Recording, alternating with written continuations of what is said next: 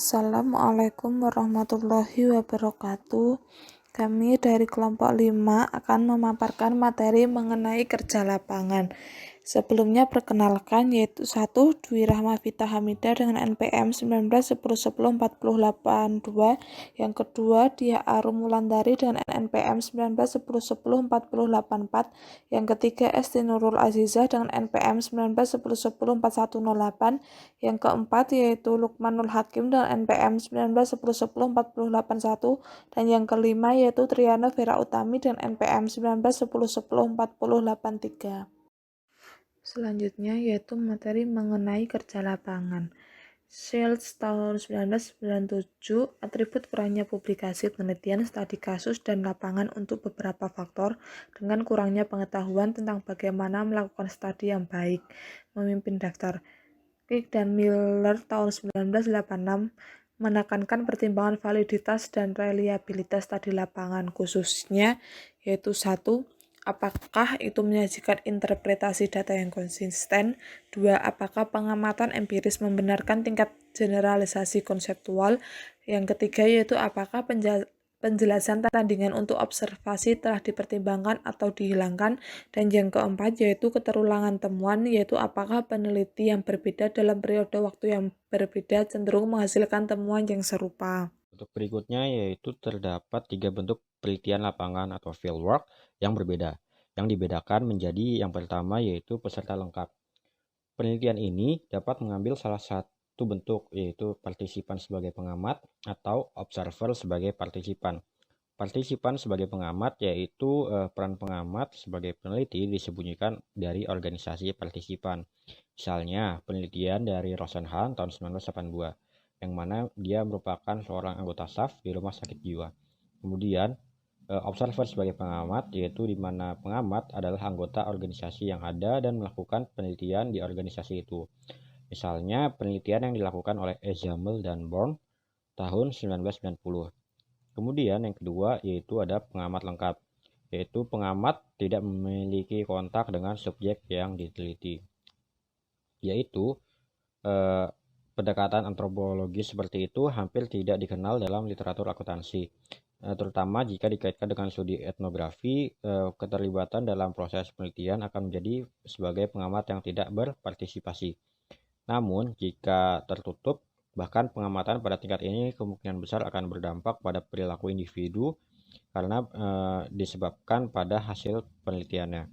Kemudian yang terakhir yaitu ada pengamat peserta, yaitu peneliti berinteraksi dengan anggota organisasi dalam usaha kolaboratif, yaitu sering disebut dengan penelitian tindakan atau action research.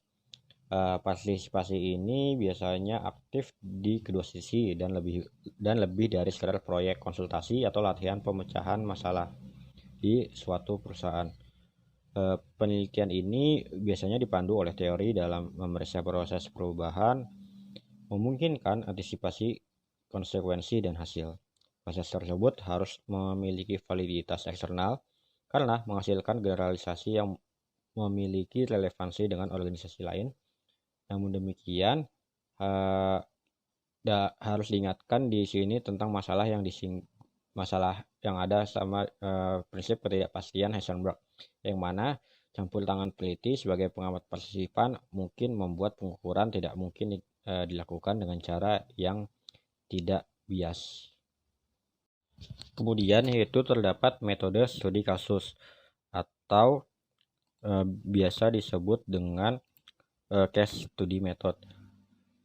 Yang pertama yaitu deskriptif, yang mana suatu praktik saat ini dijelaskan dalam hal memberikan prosedur yang diadopsi. Studi atau penelitian mungkin berusaha untuk memberikan label best practice atau praktik terbaik atau successful atau sukses ke sebuah situs atau perusahaan tertentu. Misalnya penelitian yang dilakukan oleh Peters dan Waterman tahun 1982 dan juga Smith pada tahun 1994. Kemudian yang kedua yaitu ilustratif atau ilustrasi, yang mana penelitian ini mengeksplorasi implementasi dan hasil yang terkait dengan praktik inovatif.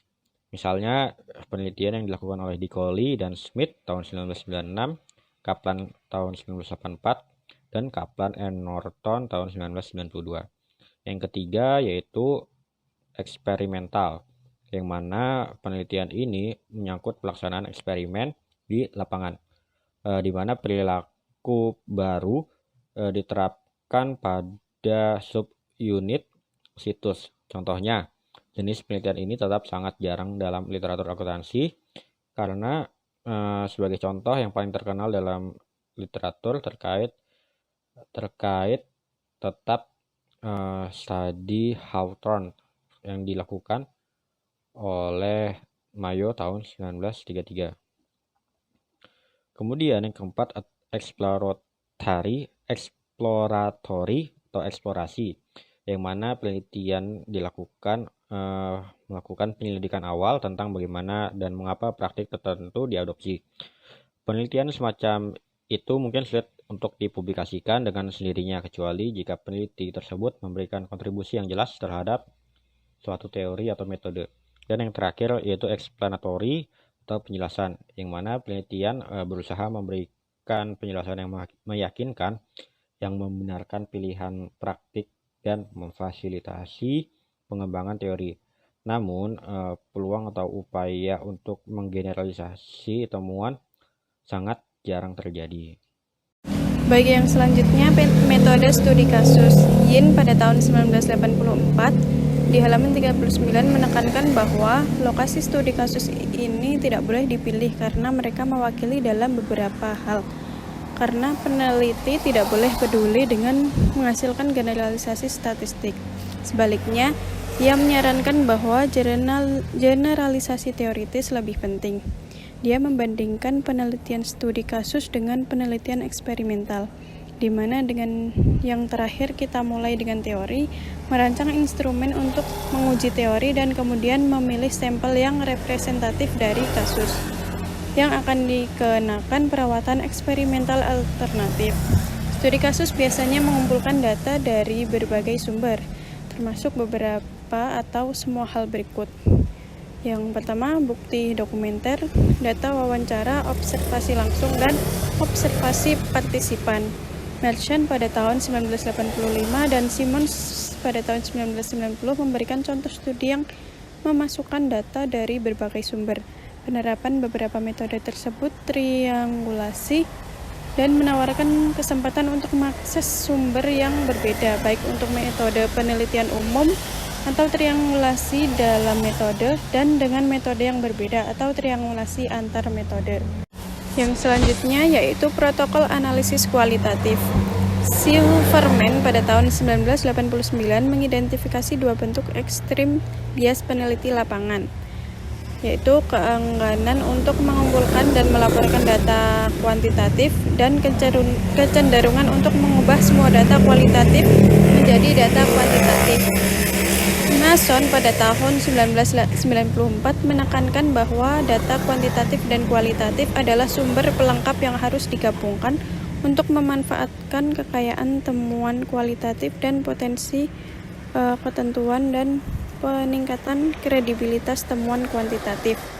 Penggunaan protokol analisis sistematis seperti yang dikembangkan oleh Miles dan Huberman pada tahun 1994 menekankan kepercayaan pada ketidakberpihakan analisis kualitatif karena yang pertama, menyediakan rantai bukti dari transkrip ke hasil analisis, dan yang kedua, memastikan bahwa semua kasus digunakan dalam evaluasi proporsi data. Selanjutnya, di sini Silverman pada tahun 1985 menyarankan tipologi yang terdiri dari 3 pendekatan alternatif untuk penelitian etnografi. Pendekatan yang pertama ada antropologi kognitif, yakni penelitian yang berfokus pada kompetensi individu dalam berkomunikasi dalam budaya yang diteliti, yaitu seperti cara para aktor untuk dapat berkomunikasi dan berperilaku sehingga membuat mereka dapat diterima oleh kelompok lainnya. Untuk Contoh dari pendekatan ini di dalam literatur akuntansi yaitu ada pada studi Den di tahun 1991 tentang pergeseran budaya British Rail dari teknik ke keuangan atau akuntansi.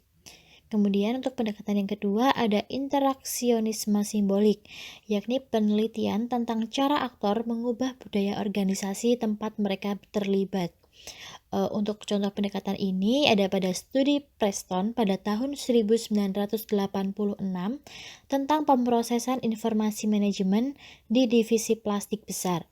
Kemudian untuk pendekatan yang terakhir ada etnometodologi, yaitu penelitian yang kurang memperhatikan pendekatan komunikasi dan interaksi. Dan juga pendekatan ini lebih memperhatikan perilaku sosial pada para aktor yang terlibat dan interpretasi mereka terhadap hasilnya. Contoh pendekatan ini di dalam literatur akuntansi ada pada studi Johnson pada tahun 1982 tentang perilaku anggaran. Oke, selanjutnya di sini ada teori membumi atau kita sebut dengan teori grounded. Di sini Glasser dan Strauss berpendapat bahwa teori yang berkembang secara induktif dari penelitian empiris yang sistematis lebih mungkin cocok dengan data dan dengan demikian juga lebih mungkin akan dapat berguna, masuk akal dan juga dapat diakses. Pendekatan analitik teori grounded murni dirancang untuk mengelola dan mengendalikan potensi bias dalam membangun teori dari data empiris. Jun juga menyediakan metode yang terutama non-kuantitatif dan juga dirancang untuk menemukan makna laten atau tertanam dalam data. Dalam analisis teori grounded murni ini, teori muncul selama analisis data.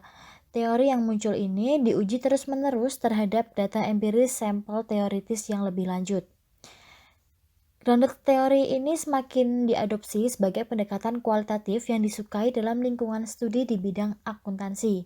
Namun, adanya perbedaan pandangan berikutnya antara Glasser dan Strauss ini telah menyebabkan kebingungan atas arti istilah yang terlibat dan implikasinya terhadap prosedur yang dapat diterima. Akibatnya, bentuk-bentuk alternatif atau teori grounded ini telah dikembangkan menjadi pendekatan dasar Glasser dan Strauss pada tahun 97 yang dibumbui oleh Glasser. Di sini menekankan pendekatan individual dan gaya pribadi, sedangkan pendekatan Strauss dan Corbin pada tahun 1990 pendekatan ini lebih mengikuti Strauss yang jauh lebih terstruktur dan juga preskriptis dan juga bisa dibilang lebih dapat diterima oleh peneliti positivis. Selanjutnya, menurut pandangan Laughlin pada tahun 1995 menekankan pentingnya peneliti di dalam studi grounded theory karena mereka merupakan dasar bagi proses penemuan dan validitas yang diteliti. Selanjutnya, menurut Parker dan Rovey pada tahun 1997, mereka menekankan peran penting bahasa dalam penelitian grounded theory ini sebagai pembeda yang signifikan relatif terhadap studi positivis. Di sini mereka juga menunjukkan interaksi penting antara peneliti yang diteliti dan data dalam menghasilkan penelitian berkualitas dengan keunggulan yang unik. Analisis protokol verbal. Menurut Slovic tahun 1969 bahwa memberikan dasar untuk penggunaan protokol verbal sebagai metode pengumpulan data dalam latihan penilaian. Subjek melakukan latihan di mana mereka berpikir keras, merinci apa yang mereka lakukan. Dalam hal informasi yang digunakan dan cara penggunaannya. Isi dari protokol verbal ini memberikan dasar untuk pemetaan proses keputusan dan perilaku pemecahan masalah untuk setiap mata pelajaran. Diagram alir yang dihasilkan biasanya akan kompleks dengan banyak log umpan balik dan akan memungkinkan pengembangan algoritma kondisional untuk pengambilan keputusan. Jadi, kesimpulannya adalah Kerja lapangan memiliki penelitian lapangan yang berbeda dapat dibedakan menjadi peserta lengkap, pengamatan lengkap, dan pengamat peserta. Setelah itu melakukan metode studi kasus di mana biasanya mengumpulkan data dari berbagai sumber, termasuk beberapa atau semua hal melalui bukti, dokumentasi, data wawancara, observasi langsung, dan observasi partisipan, di mana protokol analisis kualitatif melakukan sebuah pendekatan alternatif untuk penelitian etnografi. Sekian presentasi dari kami, kurang lebihnya mohon maaf. Wassalamualaikum warahmatullahi wabarakatuh.